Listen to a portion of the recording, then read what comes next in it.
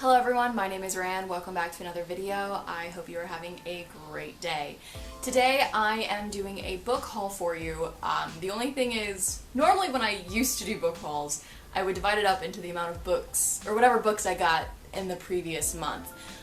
This book haul is a little different in the fact that I don't know when the heck I got like any of these books, with the exception of like the 3 that I bought last night.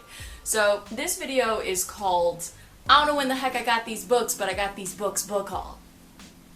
That's kind of long. I'll find a way to shorten it for the title, but you get the gist. So these are just some of the recent books that I have purchased, so without further ado, let's get into it. The first book on top is Dove and Serpent by Shelby Mahern. I got this book like literally 2 nights ago because Shelby Mahern was doing a like book club author signing thing at the Barnes & Noble where I live.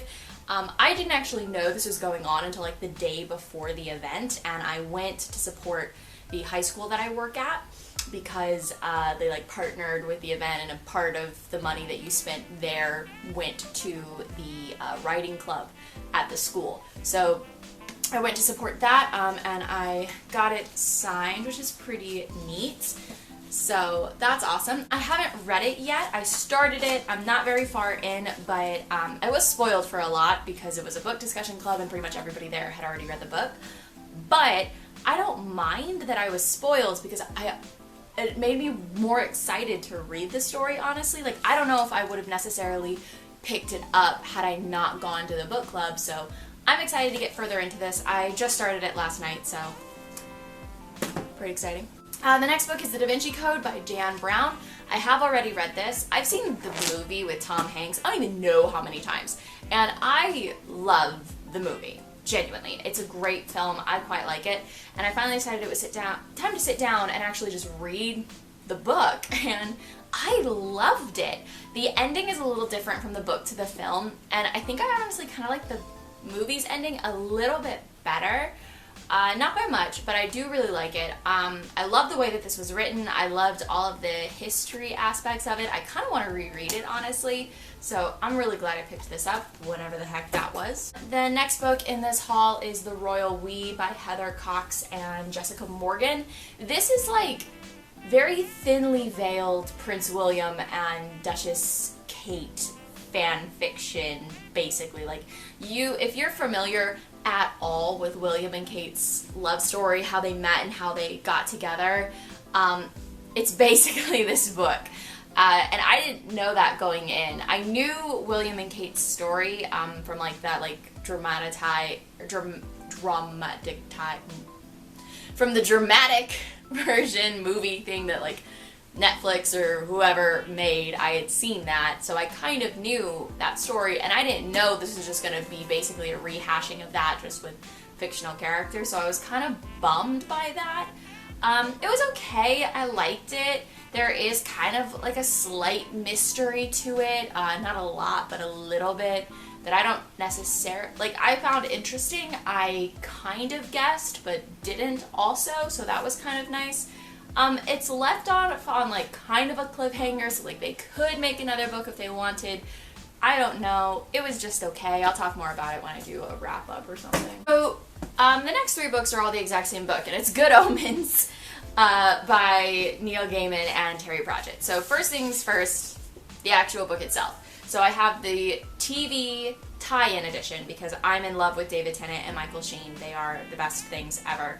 I bought this one after this one because the bookstore I went to only had this. I binged the entire show on Amazon Prime and then was like, I need to read the book. And then like the same day, like I watched all 6 episodes in one day and then immediately went to Barnes & Noble and bought the book and then read the book.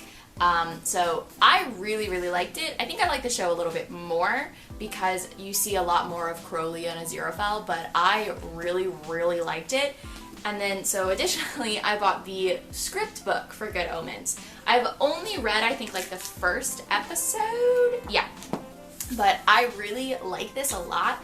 I really like having script books. I think they're fun. I like flipping through them. And because I really, really, really loved the TV show, I wanted the script, especially because, like, there are a couple things that, you know, didn't make it in the show that, like, are kind of important to Crowley and Aziraphale. Like the whole thing where Crowley was gonna bring Aziraphale chocolates and flowers, then Gabriel showed up and ruined it, but it's fine. I'm fine.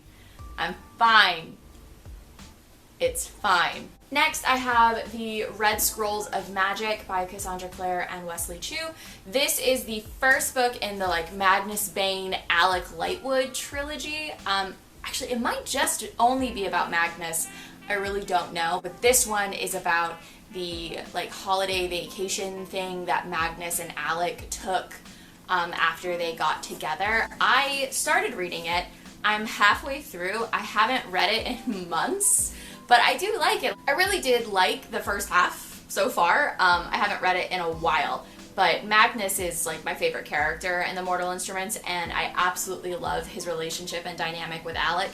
This is prior to the events in like City of Lost Souls and City of Heavenly Fire, so it's interesting to go back in time to see this, and I'm glad that it's like just focusing on these two, because if it was opened up to everyone else, I don't know, I've only read the first half of the book, but if it was opened up to everyone else, I would have been thoroughly confused, because it's been like a hot minute since I read a Cassandra Clare book.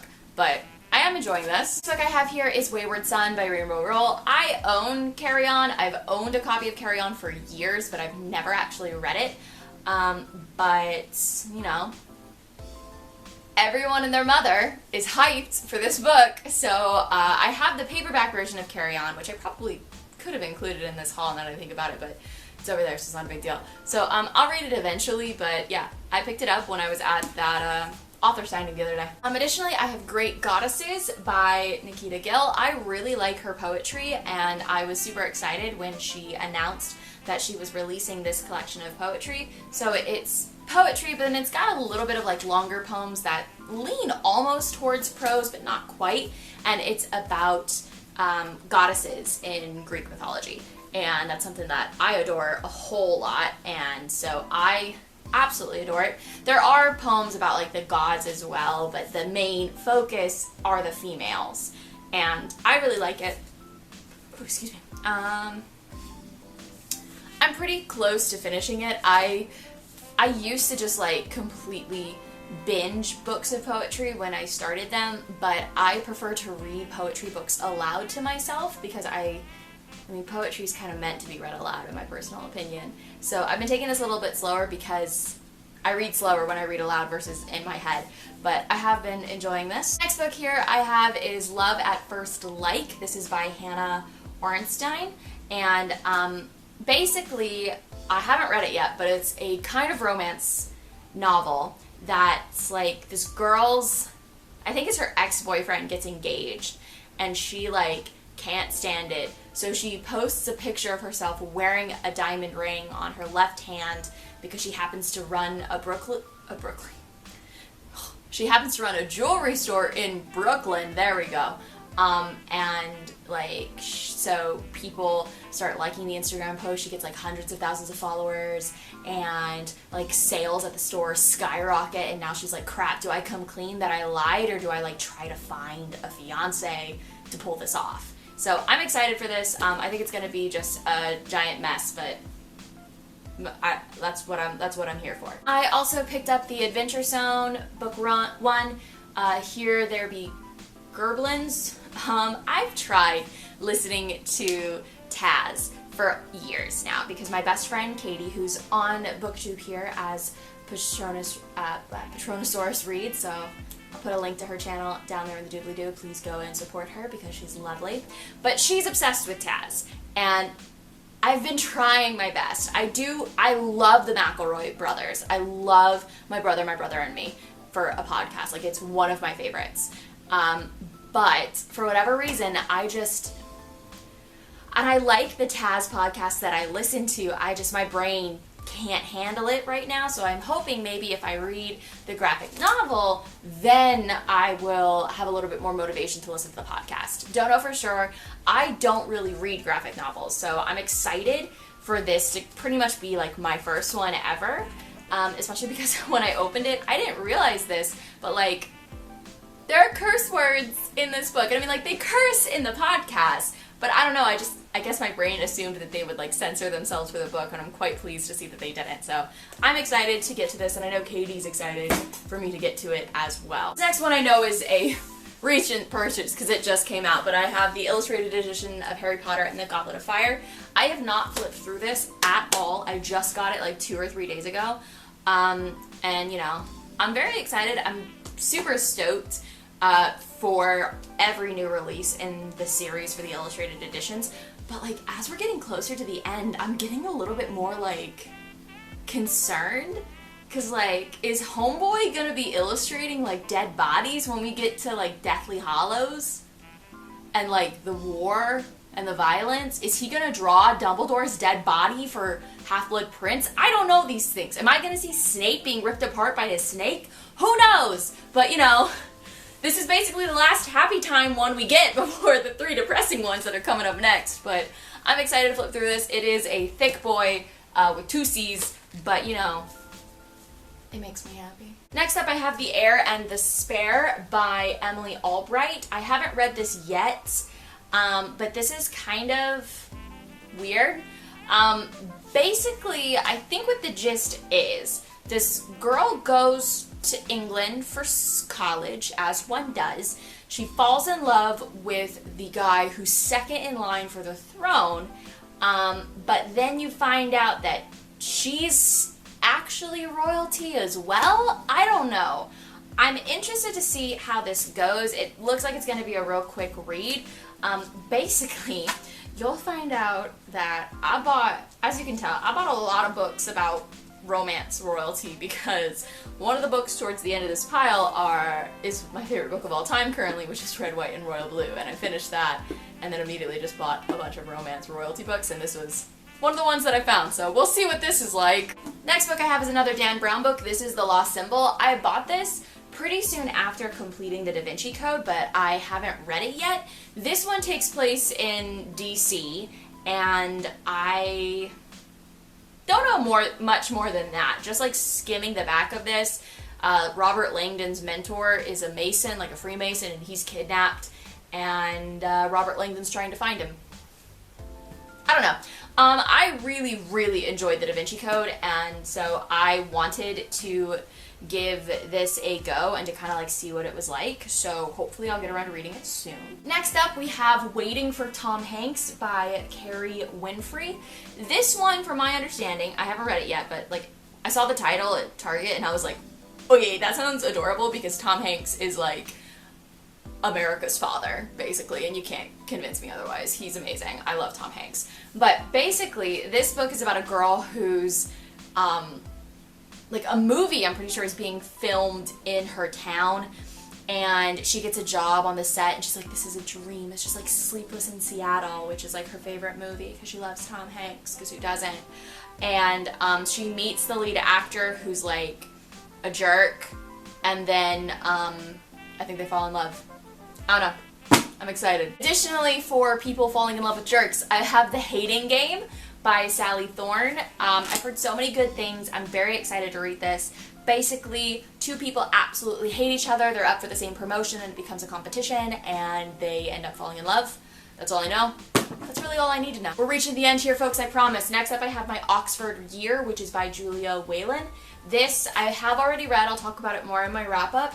But this is about an American girl named Ella Duran who gets a Rhodes Scholarship, to Oxford, and she goes and she meets her professor named Jamie Davenport, and they end up like falling in love, as one does, but it's like, I don't know. You know, life ensues and things happen. I'll talk more about it in my wrap-up. It was just okay. Then I have Red, White, and Royal Blue by Casey McQuiston.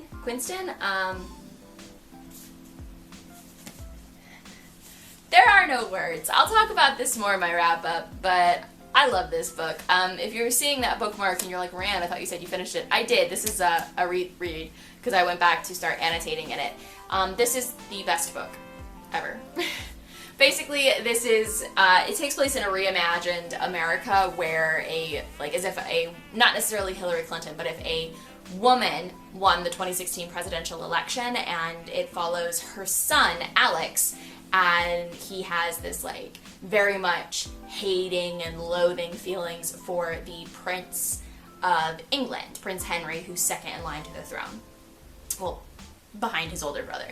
And so Alex and Henry end up like having a big disaster that occurs, and they are forced to start hanging out and pretending to be best friends as a way to try to calm the diplomatic water, so to speak, and they end up falling in love a little bit when they're not supposed to, and it's my favorite book of all time. I love it a lot. I'll talk about it more in my wrap-up. The last book I have for you is The Runaway Princess by Hester Brown. I already own a copy of this book, but it currently resides in one of the literal 19 boxes of books that haunts my parents' basement because I have nowhere to put all of those books in this apartment. So we'll deal with that life issue at some other point, ladies and gents. But I really wanted to reread this upon finishing Red, White, and Royal Blue. This was one of the many books that I bought about royalty and romance. Basically, this girl named Amy meets a guy named Leo, and turns out Leo's a prince, and she's like, oh crap, and she and him fall in love,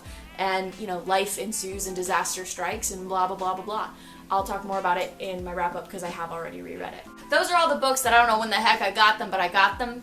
Haul, whatever the heck I'm calling this video. I hope you guys enjoyed it. I hope you're having a great day. In a comment down there, if you feel so inclined, let me know if you've read any of these books, which one I should move to the top of my TBR pile, so to speak. And yeah, that seems to be everything. Like I said, I hope you're having a great day, and I hope to see you soon in another video. Bye!